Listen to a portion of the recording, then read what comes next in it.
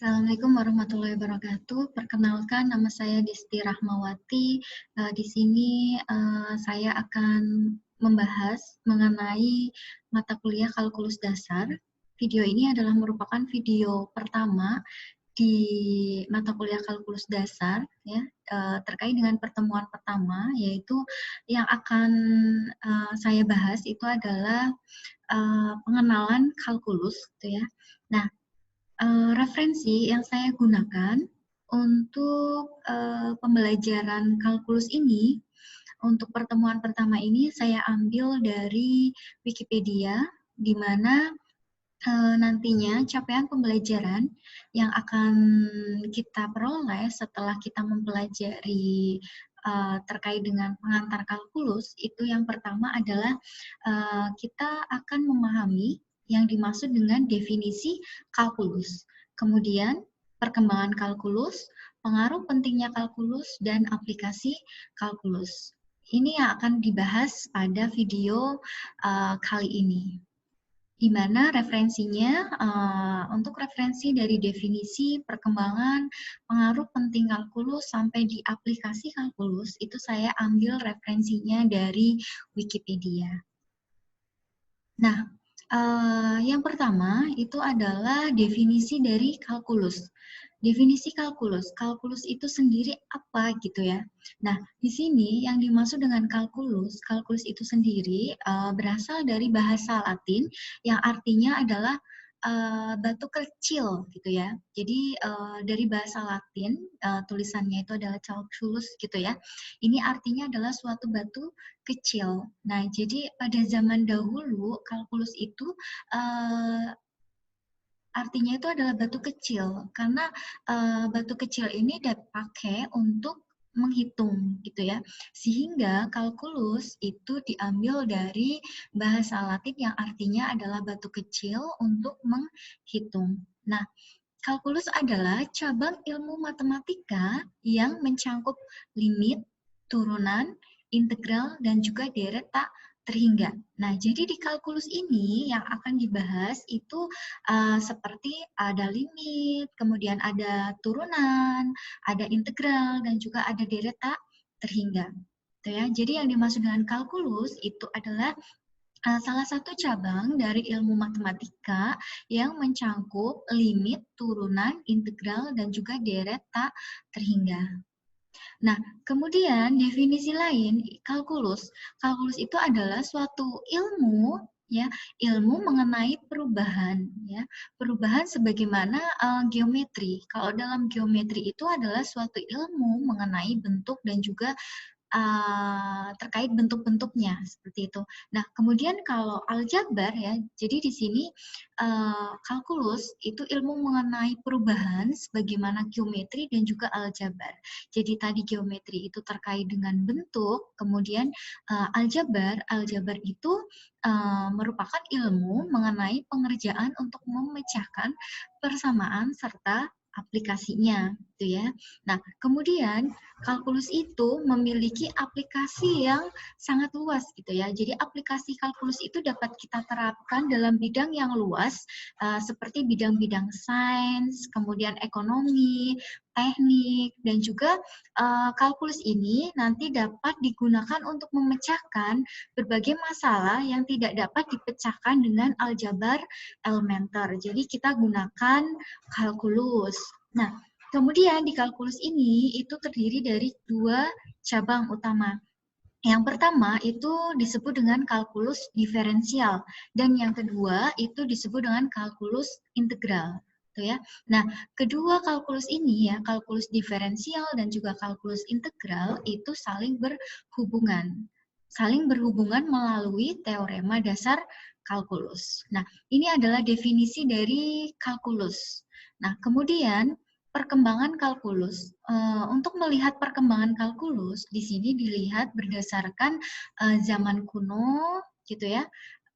Di mana di zaman kuno itu pertama kali kalkulus itu digunakan untuk menghitung suatu volume dan juga luas, gitu ya. Nah, untuk menghitung volume dan juga luas ini ini menggunakan fungsi utama dari suatu kalkulus integral. Jadi kalkulus integral dipakai untuk menghitung volume dan juga luas gitu ya. Nah, ini ditelusuri kembali oleh Papyrus Moskwa dari Mesir gitu ya. Di mana papirus ini mampu menghitung volume dari suatu piramida yang terpacung gitu ya. Jadi piramida yang terpacung itu nanti bisa dihitung volumenya oleh papirus ini dengan menggunakan suatu kalkulus integral. Nah, kemudian lebih lanjut lagi ini dikembangkan oleh Archimedes gitu ya. Di mana Archimedes ini itu mengembangkan pemikiran yang lebih jauh lagi dan menciptakan heuristik yang menyerupai kalkulus integral. Ini di zaman kuno gitu ya. Nah, kemudian berkembang lagi di zaman pertengahan gitu ya. Kalau di zaman pertengahan di sini ada seorang matematikawan dari India gitu ya yang bernama Aryabhata itu menggunakan konsep kecil yang tidak terhingga. Nah, maksudnya apa gitu ya, konsep kecil yang tidak terhingga ini untuk mengekspresikan masalah terkait dengan astronomi gitu ya. Jadi konsep kecil tak terhingga ini itu merupakan bentuk dari suatu persamaan diferensial dasar gitu ya, di mana diferensial dasar ini itu juga dipelajari di kalkulus gitu. Nah, ini adalah di zaman pertengahan. Kemudian persamaan dari diferensial dasar ini itu kemudian mengantarkan Baskara ya. Baskara kedua itu pada abad ke-12 itu mengembangkan awal turunan ya, bentuk awal dari suatu turunan yang mewakili perubahan yang sangat kecil tak terhingga. Seperti itu. Dan ini menjelaskan bentuk awal yang dimaksud dari suatu teorema Rolle. Seperti itu. Ini adalah di zaman pertengahan. Nah, masih di zaman pertengahan lagi gitu ya, ada matematikawan dari Irak yang bernama Ibn al-Hitham gitu ya. Jadi ini adalah menjadi orang yang pertama menurunkan rumus perhitungan hasil pangkat 4 dan dengan menggunakan induksi matematika. Nah, dia mengembangkan suatu metode untuk menurunkan rumus umum dari hasil pangkat integral yang sangat penting terhadap perkembangan kalkulus integral. Seperti itu. Nah, kemudian di zaman pertengahan ini juga ya ada seorang Persia yang bernama Saraf al-Din al-Tusi itu menemukan turunan dari fungsi kubik, yaitu sebuah hasil yang penting dalam kalkulus diferensial. Nah, selanjutnya ada lagi, yaitu pada abad ke-14, Madhava itu bersama dengan matematikawan astronom dari mazhab astronomi gitu ya, dan juga matematika Kerala gitu, itu menjelaskan suatu kasus khusus dari deret Taylor gitu ya, yang dituliskan dalam teks Yuktibasa. Nah, ini adalah di zaman pertengahan. Nah, selanjutnya perkembangan di zaman modern. Nah, di zaman modern ini penemuan independen itu terjadi di awal abad ke-17 di Jepang gitu ya oleh matematikawan seperti Seki Kowa. Nah, di Eropa itu beberapa matematikawan seperti John Walsh dan juga Isaac Barrow gitu ya, itu memberikan terobosan dalam kalkulus gitu ya. Nah, James Gregory ini juga membuktikan sebuah kasus khusus ya dari suatu teorema dasar kalkulus seperti itu. Nah, selanjutnya itu juga Newton gitu ya. Newton mengaplikasikan kalkulus secara umum ke bidang fisika. Sementara Leibniz mengembangkan notasi-notasi kalkulus yang banyak digunakan sekarang banyak digunakan. Gitu ya. Nah, ini di zaman yang modern seperti itu. Nah, jadi perkembangan dari kalkulus itu terbagi jadi 3 tadi ya, ada perkembangan dari kuno, kemudian pertengahan, sampai ke modern seperti itu. Nah, kemudian saya lanjutkan lagi yang di sini adalah pengaruh ya, pengaruh penting kalkulus ya. Nah, aplikasi dari kalkulus diferensial itu dapat dipakai untuk menghitung kecepatan dan juga percepatan. Selain itu juga untuk menghitung kemiringan suatu kurva dan juga optimalisasi, gitu ya. Nah, aplikasi dari kalkulus integral, integral itu meliputi perhitungan luas, volume, panjang busur, pusat massa, kerja, dan juga tekanan. Nah, aplikasi yang lebih jauh lagi itu meliputi deret pangkat dan juga deret Fourier, gitu ya. Nah, ini uh, aplikasi dari kalkulus gitu ya. Ada kalkulus diferensial, kemudian integral gitu, dan lebih jauh lagi itu adalah deret pangkat dan juga deret Fourier.